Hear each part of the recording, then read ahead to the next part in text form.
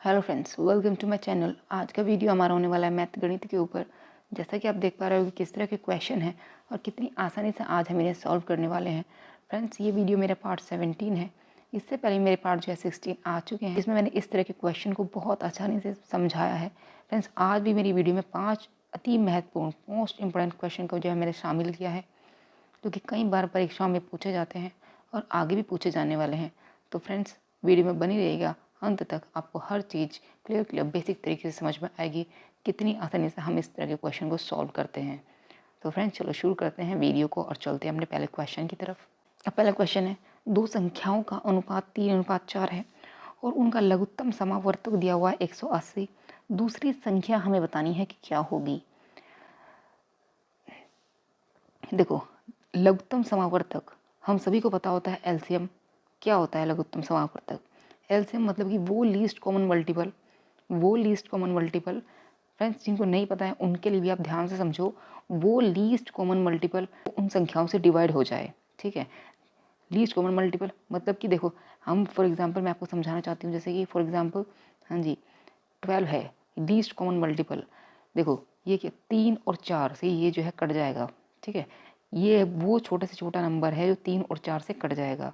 इसे हम बोलेंगे लीस्ट कॉमन मल्टीपल। इसके बाद भी और नंबर आएंगे जो कट सकते हैं 3 और 4 से, जैसे कि 24 हो सकता है, 48 हो सकता है, मतलब कुछ भी और भी बड़े नंबर हो सकते हैं जो कट सकते हैं। ठीक है, लेकिन 12 वो छोटा से छोटा नंबर है जो सबसे पहले कटेगा। ठीक है, तो इसी तरीके से यहाँ पे देखो लीस्ट कॉमन मल्टीपल की बात की है, वो है 180। दो संख्याएं हमारे पास 3:4 के अनुपात में है। तो यहाँ से देखो हम संख्याओं को अलग कर लेते हैं। संख्याओं को कैसे बनाएंगे? इस अनुपात से। अब देखो संख्याएं कैसे हमारे पास निकलेंगी।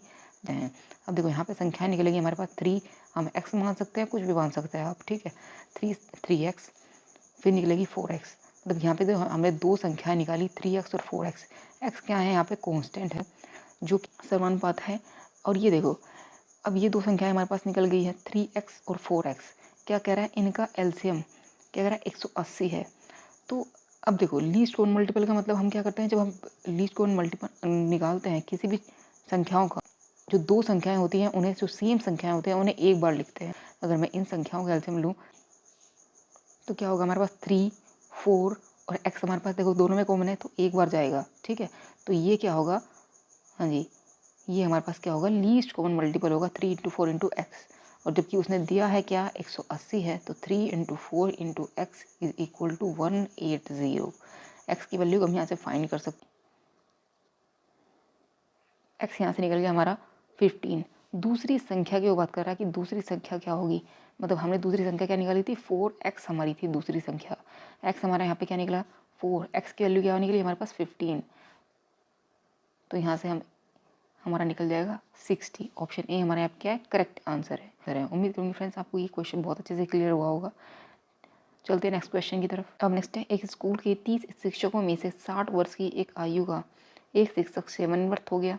उसके स्थान पर 30 वर्ष की आयु के एक नए अन्य शिक्षक को नियुक्त किया गया। परिणाम स्वरूप शिक्षकों की माध्य आयु क्या होगी, ये हमें बताना है। अगर हम संख्या की बात करें तो अगर मैं उनका योग जानती हूँ, क्या होगा? योग डिवाइडेड बाय कितनी संख्या है। ठीक है, कितनी संख्या, वो होता है हमारे पास औसत। अब देखो यहाँ पे समझो, क्या कह रहा है? 30 शिक्षक हैं, तो अगर मैं इनका योग की बात करूँ तो क्या योग, अगर हमें नहीं पता है योग डिवाइड बाय कितने आदमी है 30, औसत क्या है? ए, हम मान लेते हैं ए। तो यहाँ से हम योग निकाल सकते हैं 30 × ए। ठीक है, अब देखो 30 30 × ए, तो क्या हो गया? योग निकल गया उनका 30 शिक्षकों का, जहाँ पे औसत ए है। ठीक है, 60 वर्ष की आयु का शिक्षक सेवानिवृत्त होता है, तो यहाँ से हम 60 को माइनस कर देते हैं, क्योंकि यहाँ पे जो ये हमारे पास क्या है? योग है। ये 60 वर्ष की आयु वाले को हमने हटा दिया यहाँ से। फिर कह रहा है 30 वर्ष की एक आयु को एक नया शिक्षक की नियुक्ति होती है। ये 30 वर्ष की आयु वाला आ गया यहाँ पे। ठीक है, एक घटाया एक ही लेकर आ गए, तो टोटल आदमी कितने हैं? 30 तो होंगे। अब देखो ये ऊपर क्या है हमारे पास? ये क्या है? ये योग ही तो है। ठीक है, ये योग है डिवाइडेड बाय कितने लोग, कितने बचे? एक हटाया और फिर दोबारा से एक लेकर आ गए, तो 30 तो रह गए ना। वो कह रहा है औसत परिणाम स्वरूप शिक्षकों की माध्य आयु क्या होगी। ऑप्शन को देखने से आपको पता चल रहा होगा क्या कह रहा है। वो 6 माह घट जाएगी, उतनी ही रहेगी, या 1 वर्ष घट जाएगी। मतलब कि यहाँ पे परिवर्तन को वो बात कर रहा है, किस तरह का परिवर्तन होगा। ठीक है, तो हमारा ए ही है। ठीक है, तो यहाँ पे हम जानते हैं, देखो औसत ये हमारा ए है, हम मान लेते हैं कि परिवर्तन के बारे में, ये वो घट भी सकता है, बढ़ भी सकता है। अगर हमें नहीं पता है तो हम प्लस माइनस करके लिख सकते हैं, ठीक है। ये हो गया उसका परिवर्तन ए, स्मॉल ए। अब देखो इसको करना है यहाँ पे सोल्व। ये हो जाएगा हमारे पास 30a माइनस के 60 प्लस के 30 इज इक्वल टू 30a। ए इधर आ जाएगा, सॉरी 30 इधर आ जाएगा, प्लस माइनस के 30 इंटू ए। यहाँ से ये जो कट जाएगा ये बचेगा माइनस के 30 is equal two plus minus 30 ए, ठीक है। अब माइनस वाला 30 ये जो है कट जाएगा माइनस के 1, ठीक है।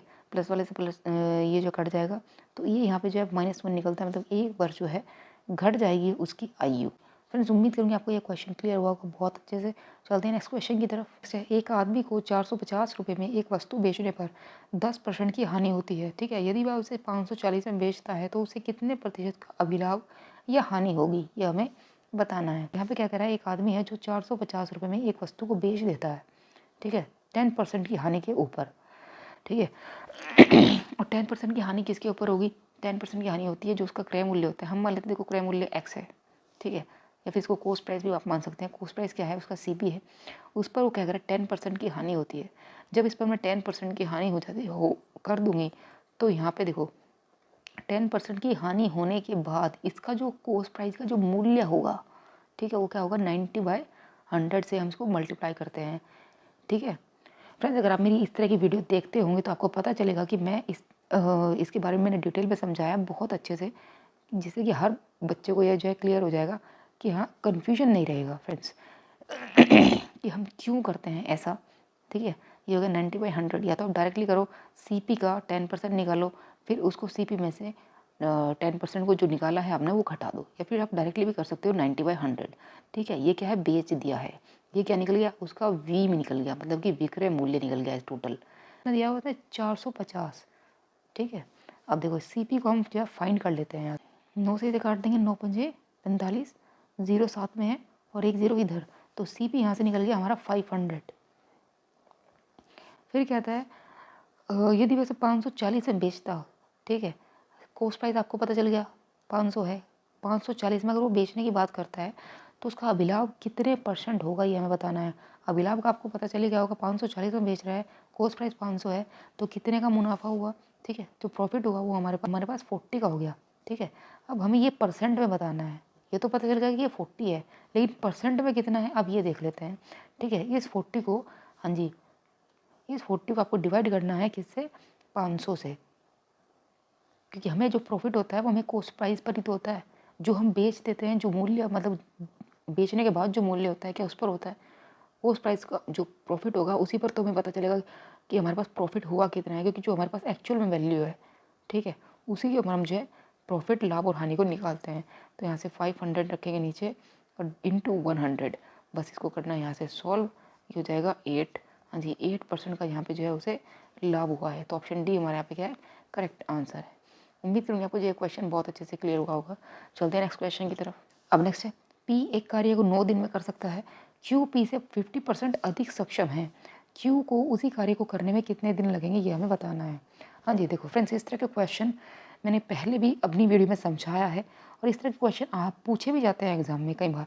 अब देखो क्या कह रहा है, P क्या है, एक काम को 9 दिन में करता है, यहाँ पे देखो, और Q की बात कर रहा है कितने दिन में करेगा, यहाँ पे भी दिन है और यहाँ पे भी वो दिन की बात कर रहा है कि कितने दिन में करेगा। तो इस 9 को देखो, फिर क्या कह रहा है, Q जो है P से 50% अधिक है, जो है सक्षम है। जो वो अधिक सक्षम है तो उसका मतलब वो कार्य ज़्यादा करेगा, दिन कम लेगा, ठीक है। यहाँ पे 9 है, 9 से कम ही दिन लेगा, जो कि वो तो जो है 50% अधिक सक्षम है ना, काम ज़्यादा कर लेगा दिन कम दिनों में, ठीक है। तो 9 का हमें कम दिन कैसे बना सकते हैं हम, इस 50% की हेल्प से। अब देखो अपनी कॉमन सेंस लगाओ।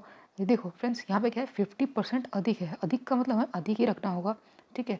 तो क्या करना है, आपको 100 रखना है ऊपर, डिवाइड बाई 150।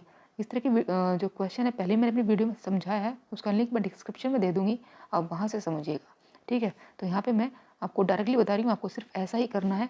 9 दिन है, क्या करना है, 100 बटे, हाँ जी 150 कर देना है। हाँ जी 5 दूनी 10, 5 तिया 15, 3 तिया 9, तो ये हो जाएगा, हाँ जी 6, मतलब कि 6 दिन वो लेगा उस कार्य को करने के लिए। फ्रेंड्स उम्मीद करूँगी आपको जो है ये क्वेश्चन बहुत अच्छे से क्लियर हुआ होगा। चलते हैं नेक्स्ट क्वेश्चन की तरफ। अब नेक्स्ट है आयु में 8 वर्ष का अंतर होने पर दो भाइयों की आयु का योगफल जो है 10 वर्ष बाद दुगना हो जाएगा। छोटे भाई और बड़े भाई की आयु का अनुपात क्या होगा ये हमें बताना है। देखो हम मान लेते हैं एक भाई जो है x है, दूसरे वाले की आयु जो है x+8 होगी। आप x की जगह कुछ भी मान सकते हैं, वो आपकी चॉइस है, ठीक है। जैसा वो कह रहा है ऐसे हमें कर डालना है।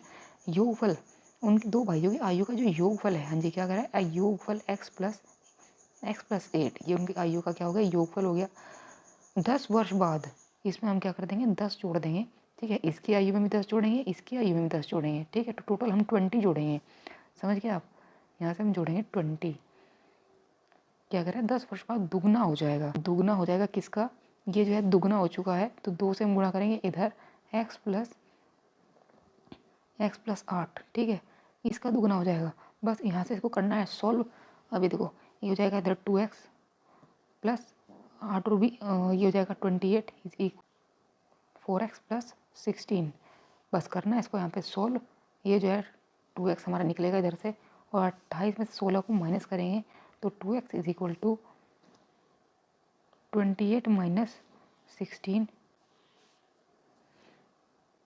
तो यहाँ से हमारा जो निकल गया 6। फिर क्या करें, छोटे भाई और बड़े भाई की आयु का अनुपात हमें बताना है। तो एक की हम मान लेते, एक की निकली 6, दूसरे की निकली 6+8, ये हो जाएगा 6:14। अनुपात कर देना है इनका यहाँ पे, हाँ जी कर दो अनुपात। अब ये कट जाएगा हमारे पास अनुपात होने के बाद, हाँ जी 3:7 हमारा जो यहाँ पे निकला है। तो ऑप्शन बी हमारे यहाँ पे क्या करेक्ट आंसर है। फ्रेंड्स उम्मीद करूँगी आपको जो है ये क्वेश्चन बहुत अच्छे से क्लियर हुआ होगा। तो फ्रेंड्स आज की वीडियो को यहीं विराम देते हैं। तो फ्रेंड्स कैसा लगा वीडियो, अगर अच्छा लगा हो तो लाइक कमेंट से जरूर कीजिए, चैनल को सब्सक्राइब जरूर कीजिए, जिससे कि आपको नए नए नोटिफिकेशन मिलता रहे। तो फ्रेंड्स आज की वीडियो में बस इतना ही, कल फिर मिलते हैं एक नई वीडियो में, तब तक के लिए जय श्री राम।